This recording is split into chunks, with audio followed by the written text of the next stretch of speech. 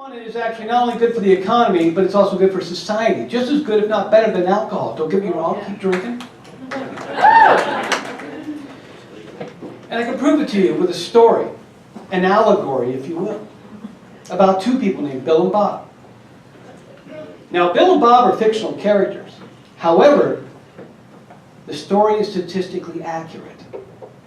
See, Bill and Bob, they work for the same boss. His name is, shall we say, Dick. Dick comes up to Bill and Bob one day and says, you know what? We need you to work through lunch. We need you to get this report done because corporate needs it for the shareholders meeting tomorrow afternoon. Now, Bill and Bob, just like anybody else with a job in this room, you want to get ahead. So they say, yeah, we'll do it. We'll step up to the plate. We'll skip lunch. We'll eat a thing. We'll get the report done. 4:45 comes along. They march into Dick's office.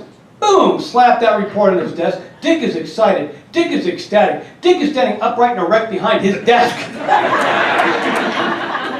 Dick is trying to high-five Bill and Bob, but they're ducking and weaving because they don't want to touch Dick.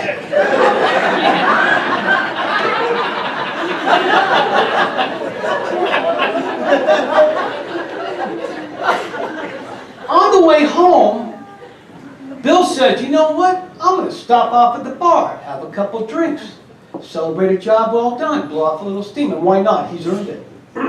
So he goes to the bar, has a couple drinks, gets up to leave, and that's when it happens. One of his friends calls him a pussy. Now he's got to stay and have a third drink to prove he's not a pussy. And then he's got to have a fourth drink to celebrate he had the third drink, proving he's not a pussy. And then he goes home. Walks in the front door, boom! Kids are running around screaming. One of them's naked, probably the neighbor's kid. Dinner isn't ready. House is a mess. And the dog hasn't quit barking since he walked in the front door. And that is what sets Bill off, because when he went to work that morning, he didn't have a dog.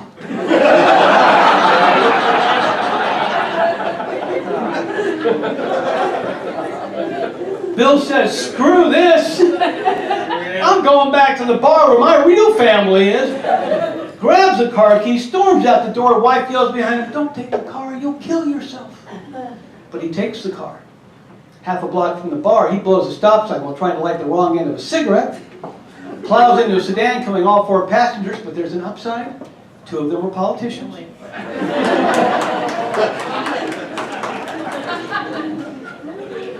Now he's looking at 4 counts of vehicular homicide, 1 count of DUI, 1 count of destruction of public property, and 1 count of public urination, because when he came to handcuffed in the back of a cop car, he pissed his pants. What about Bob? Good question. Bob didn't go to the bar. No. Bob went home, pulled in the garage, closed the door behind him, texted his wife, honey, I love you, I'll be in a second.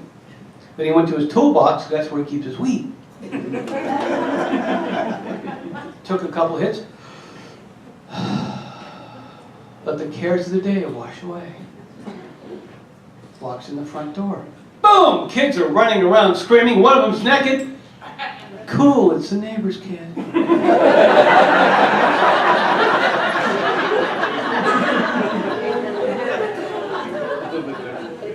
Dinner isn't ready, house is a mess, and the dog hasn't quit barking since he walked in the front door and thinks, whoa, we got a dog.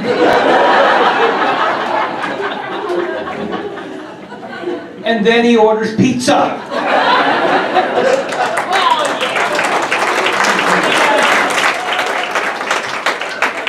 And he has it delivered because the last time Bob got stoned and went to get pizza, he sat in the driveway for 3 hours.